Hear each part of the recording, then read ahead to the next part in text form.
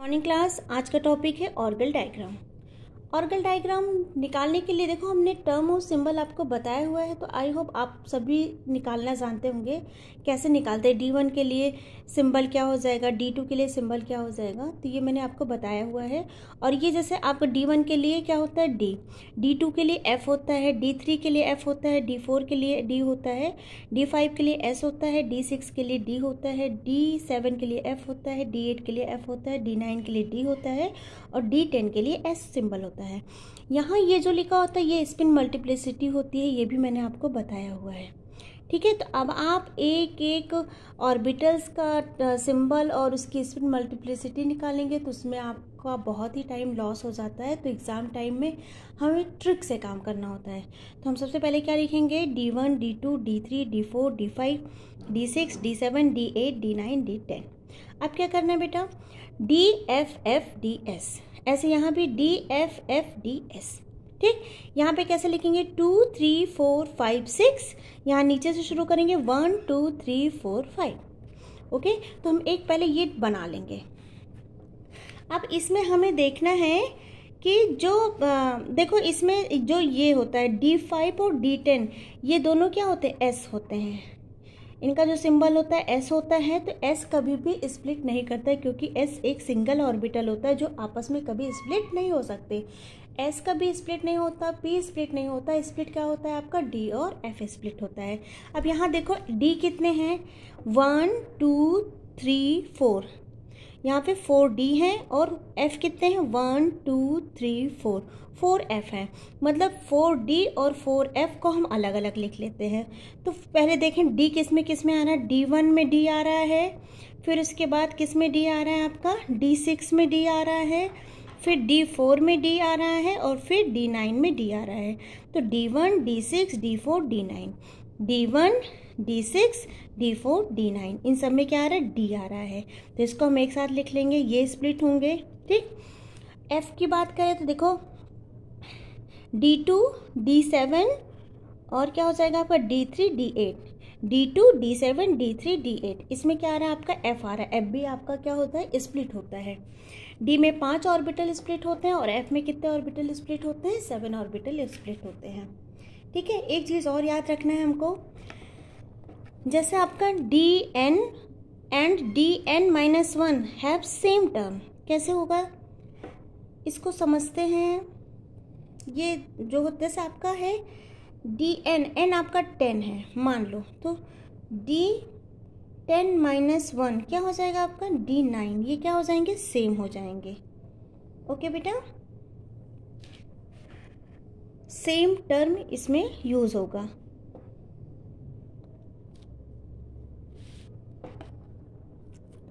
अब देखते हैं D subshell for octahedral and tetrahedral.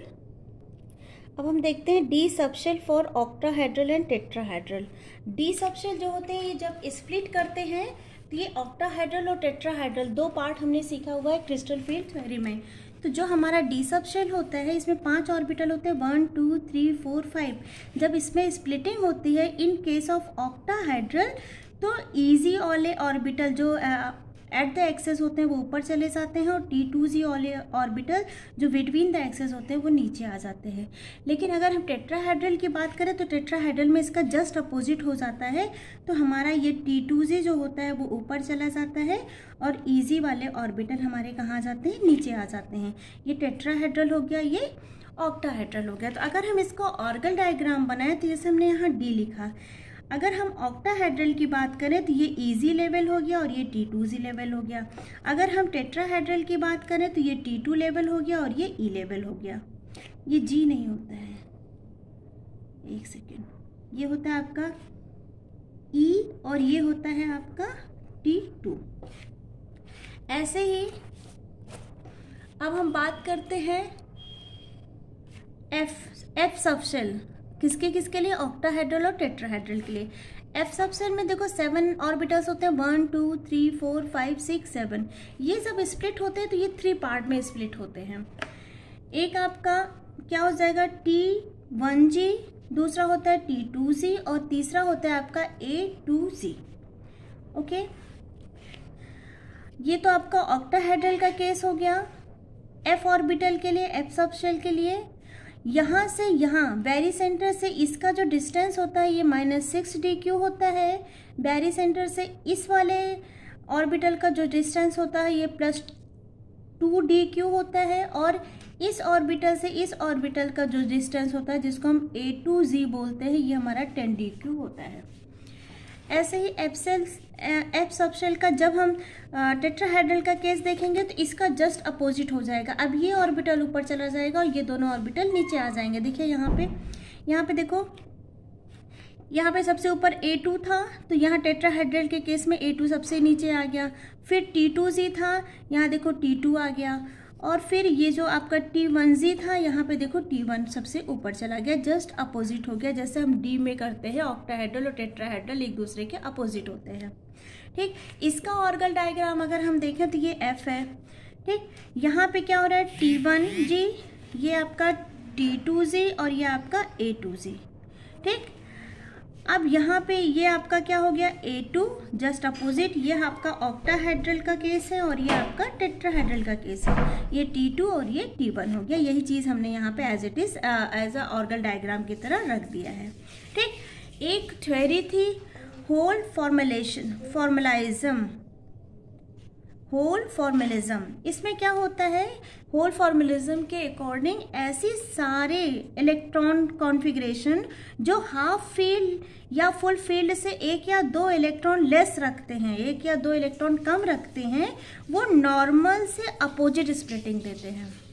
एक बार मैं फिर से रिपीट करती हूँ, जो होल फॉर्मलिज्म था उनके अकॉर्डिंग ऐसे सारे इलेक्ट्रॉनिक कॉन्फ़िगरेशन जो हाफ फील्ड या फुल फील्ड से एक या दो इलेक्ट्रॉन कम रखते हैं वो नॉर्मल से अपोजिट स्प्लिटिंग देते हैं।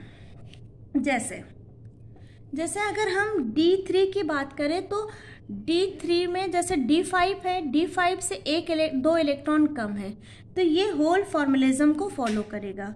ऐसे D4 की बात करें तो ये हाफ फील्ड से 1 इलेक्ट्रॉन कम है, इसलिए ये भी होल फॉर्मलिज्म को फॉलो करेगा। D8 की बात करें तो फुल फील्ड से 2 इलेक्ट्रॉन कम है, इसलिए ये होल फॉर्मलिज्म को फॉलो करेगा। D9 की बात करें तो ये फुल फील्ड से 1 इलेक्ट्रॉन लेस है, इसलिए ये भी होल फॉर्मलिज्म को फॉलो करेगा। तो ये चारों जो होते हैं, ये चारों का जो कॉन्फ़िगरेशन होता है, ये जब स्प्लिट होते हैं तो नॉर्मल कंडीशन से ये अपोजिट होते हैं। ये नॉर्मल कंडीशन में स्प्लिट नहीं होते। जैसे मान लो आपकी यही स्प्लिटिंग करानी है, ये ऑक्टाहेड्रल की स्प्लिटिंग है, ये टेट्राहेड्रल की स्प्लिटिंग है। अगर हम यहाँ पे D1 रखें, ठीक है, तो ये स्प्लिटिंग ये होनी चाहिए थी, लेकिन जैसे ही हम D3 की कंडीशन रखेंगे ये चीज़ पलट जाएगी, ये दोनों नीचे आ जाएंगे, ये ऊपर आ जाएंगे, मतलब हमें टेट्राहेड्रल केस मिल जाएगा। ठीक,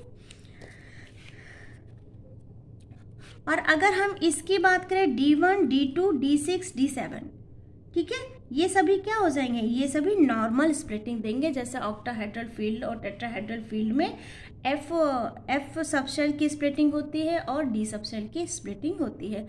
आइए इसको 1 बाय 1 समझने की कोशिश करते हैं।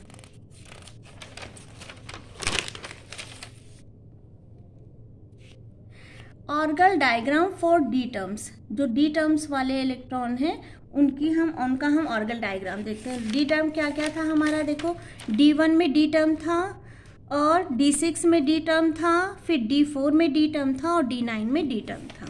ठीक है, तो हम लिखने D4, D9, D1, D6, इन सभी में क्या होते हैं, डी टर्म होते हैं। इनका ऑर्गल डायग्राम हमको बनाना है। लेकिन अगर हम इन चारों में देखें तो ये जो D4 है ये हाफ फील्ड से 1 इलेक्ट्रॉन लेस है और D9 जो है वो फुल फील्ड से 1 इलेक्ट्रॉन लेस है, इसलिए ये होल फॉर्मलिज्म को फॉलो करेगा, मतलब नॉर्मल से अपोजिट स्प्लिटिंग देगा। बाकी ये D1 और D6 वाले आपके क्या होंगे, ये नॉर्मल स्प्लिटिंग देंगे।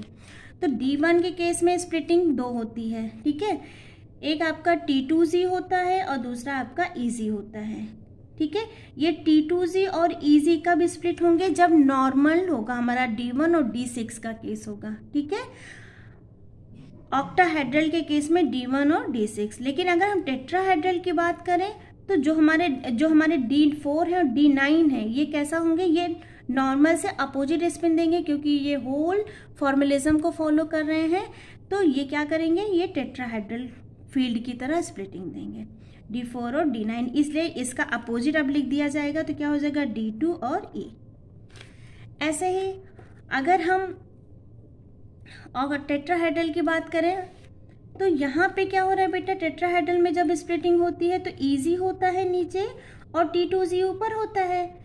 तो ये ईजी और T2Z किसके लिए है, नॉर्मल कंडीशन के लिए, D1 और D6। ये टेट्राहेड्रल के लिए D1 और D6 होगा। लेकिन अगर D4 D9 की बात करें तो ये क्या हो जाएंगे, ये अपोजिट स्पिन देंगे। टेट्राहेड्रल के केस में ये ऑक्टाहेड्रल देंगे। तो D4 और D9 के लिए हमने क्या लिख दिया, E और T2। आई होप आपको समझ में आ रहा होगा। ठीक, ऐसे ही Argand diagram for F terms. F terms किस में है, देखिए एफ टर्म आपका एक तो है D2 में एफ टर्म है, D7 में एफ टर्म है, D3 में एफ टर्म है और D8 में एफ टर्म है। तो इसके लिए अब हमने क्या लिखा, D3 लिखा, D8 लिखा, D2 लिखा और D7 लिखा। इन सभी के सभी में एफ टर्म होते हैं। ठीक, इसके लिए अगर हम ऑर्गल डायग्राम बनाएं तो जो एफ होता है वो हमारा 3 पार्ट में स्प्लिट होता है। एक हमारा होता है T1Z, T2Z और A2Z। ठीक, ये तो हमारा नॉर्मल कंडीशन के लिए होगा। लेकिन अगर हम होल फॉर्मलिज्म की बात करें तो अपोजिट भी होगा। तो इसके लिए क्या हो जाएगा, अब T1, T2 और A2 हो जाएगा। ठीक, ऐसे ही इधर, हाँ ये तो ऑक्टाहेड्रल फील्ड हो गया। टेट्राहेड्रल फील्ड में देखो क्या हो जाएगा, A2 हो जाएगा, A2Z, T2Z और T1Z और AZ, T2 और T1 हो जाएगा। ठीक, वही सेम कंडीशन होगी ऑक्टाहेड्रल, मतलब D2 और D7 ऑक्टाहेड्रल में तो नॉर्मल कंडीशन देंगे। ठीक है, लेकिन D3 और D8 ये टेट्राहेड्रल में कैसा देंगे, अपोजिट देंगे, मतलब ऑक्टाहेड्रल फील्ड देंगे। ठीक, अब आइए ऑर्गल डायग्राम ड्रॉ करते हैं हम इस कॉम्प्लेक्स का। इस कॉम्प्लेक्स में देखो तो ये क्रोमियम है और ये आयरन है। आयरन में यहाँ 6 लिगेंड, ये क्रोमियम है और ये फ्लोरीन है। फ्लोरीन यहाँ 6 है। ठीक है, अगर हम इसका ऑक्सीडेशन स्टेट निकालें तो क्रोमियम क्या है, +3 ऑक्सीडेशन स्टेट में आ रहा है। तो +3 का मतलब क्या हो जाएगा, 3D3। ठीक है, और 4S0 हो जाएगा। तो ये कितना आ रहा है आपका D3 के लिए क्या हो जाएगा, D3 के लिए टर्म कौन सा यूज़ करेंगे हम, यहाँ देखिए अभी मैंने दिखाया था। D3 के लिए टर्म क्या हो जाएगा, 4F। क्या हो जाएगा, 4F।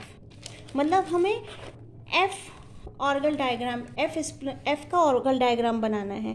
तो F का ऑर्गल डायग्राम बनाना है हमें किसके लिए, ऑक्टाहेड्रल फील्ड के लिए। लेकिन यहाँ पे क्या है, ये D3 है, मतलब ये D3 का मतलब क्या हुआ, ये हाफ फील्ड से सिर्फ 2 इलेक्ट्रॉन पीछे है, इसलिए ये होल फॉर्मुलिज्म को फॉलो करेगा। मतलब ये ऑक्टाहेड्रल में टेट्राहेड्रल को फॉलो करेगा। तो उसके लिए हम क्या बना लेंगे, जो डायग्राम हमारा बन के आएगा वो क्या हो जाएगा, TA2Z, T2Z और T1Z। ठीक है, और इन सब के आगे 4 क्यों लगा रहे हैं, क्योंकि ये 4F को फॉलो करता है। तो ये हो जाएगा ऑर्गल डायग्राम। आई होप आपको ये समझ में आया होगा। Thank you.